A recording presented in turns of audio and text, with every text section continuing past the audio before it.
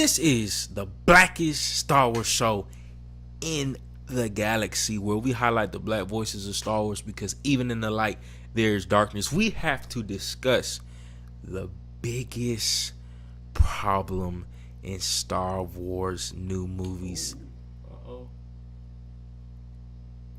The Rey movie. The elephant in the room, man. Let's just be honest. The elephant in the room. We're going to see what this is about. Thankfully, we have a black Jedi, not by American black definition, but person of color, a brown person directing this. Charmine, apparently she directed some other very conscious, critical films. Yeah, and yeah, what's Girl in the River? Yeah, right.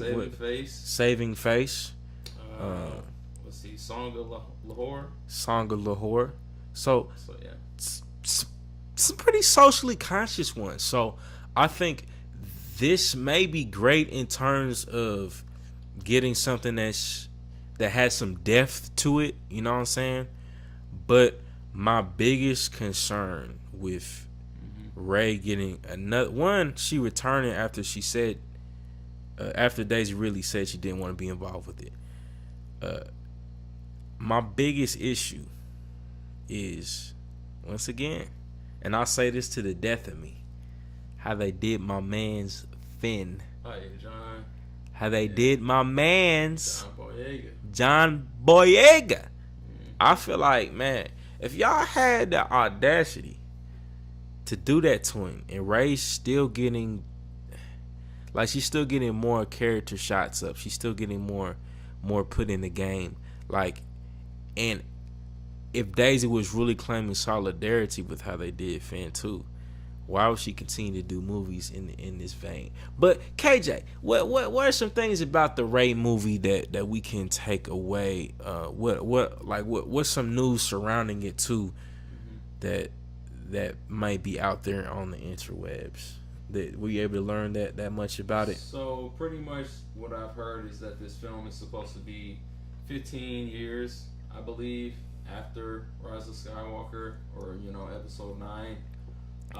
That's kind of what I've been hearing, the direction that they're going in. I think Rey's supposed to be like Grandmaster level, you know what I mean? Like, Grandmaster Luke was like in the EU, kind of like on that level from what I heard.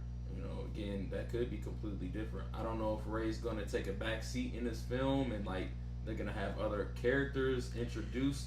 She's going to like rebuild the Jedi Temple.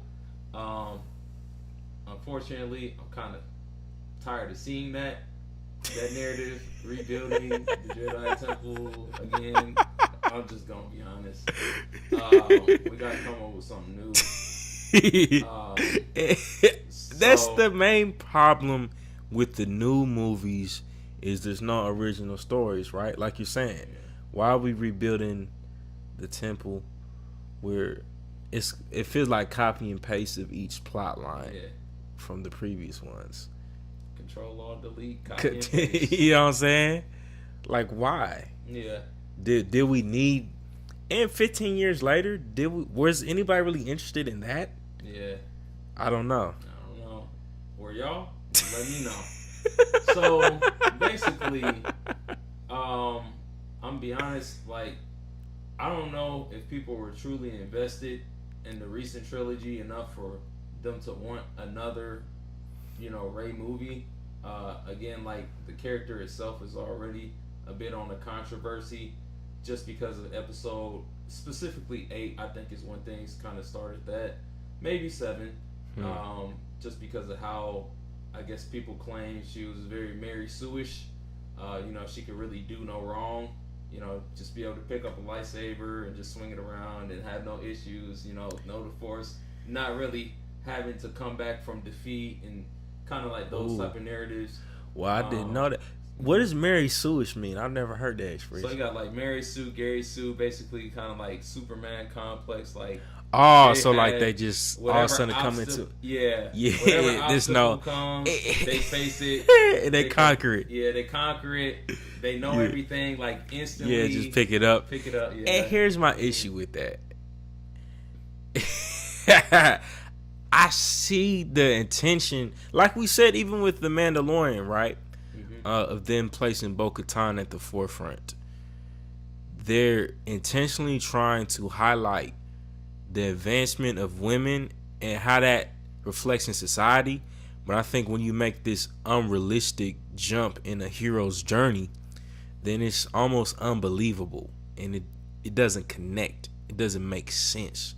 So for her being this prime now white woman character who is, like you're saying, like Superman and conquers every task like that and is besting like that, I feel like honestly episode 7 was off the rip. Like she was getting the one up on Kylo Ren and she never picked up a lightsaber before. Yeah. Like what? Yeah, people. Yeah. Kylo was trained under Luke. Kylo's trained under Luke and Snoke. But then all of a sudden she's able to pick up a lightsaber and like he's done for her. Yeah. Nah, like that's, to me, that's not empowering to women. That's unrealistic expectations of, okay, not for any human, bro. Any human for sure. And I say that's my biggest issue with, one, if you're pushing the narrative of a strong white woman lead and you're trying to be more socially conscious, how come you sideline the black and brown characters like John Boyega and Rose? Why did they get silent? And then the black woman that you brought in at the very end and kind of threw her in here, we didn't get no backstory. They said maybe she's Lando's daughter, whoop-de-woo. Y'all are just kind of going with what's the common trend, right? A strong white female lead. But the black and brown characters are kind of get faded out into oblivion. I'm just saying, the way y'all did Finn, man. R.I.P. Finn. Justice for Finn. That's how I feel like. Because, like you're saying, did we want a Rey movie? I don't think so. I don't think nobody really. I don't think Daisy Ridley wanted a Rey movie, really. I feel like the checks he probably seen those said, oh yeah, I could make a Rey movie happen. You know what I'm saying? They probably flashed them double digits, not double digits, probably triple digits. And she's like, yeah, I can make something slide for that. Well, it was probably 7 figures. Probably upward. Yeah, that's facts. Contract. And it's just like, once again, I think they're pushed, and that's why I'm hoping with somebody. Honestly, I haven't watched those movies, but somebody with a resume like Charmaine is in it, being a person of color directing it. I'm hoping they can kind of ground it in reality a bit more, like the actual lived experiences of black people, you know what I'm saying, people of color, so that it's more, just socially conscious but not gimmicky. I think that past trilogy just felt gimmicky, and the way I say it was gimmicky is disingenuous. Yeah. Because the characters weren't given, like I'm saying, Finn wasn't given due diligence, Rose wasn't given due diligence, that black lady at the end was thrown in there. Lando was still like somewhat of a side character after all these years. Decades, he's still a side piece. So it's like, man, like, yes, representation, but representation with equitable. Yeah, make sure that all of those things, and make sure the movie makes sense. Make the plot make sense. Make sure it makes sense. Like we definitely want those things, but we also want to make sure that the movies make sense. You know, I just don't want no like whack actor or like whack story script, or you know what I'm saying.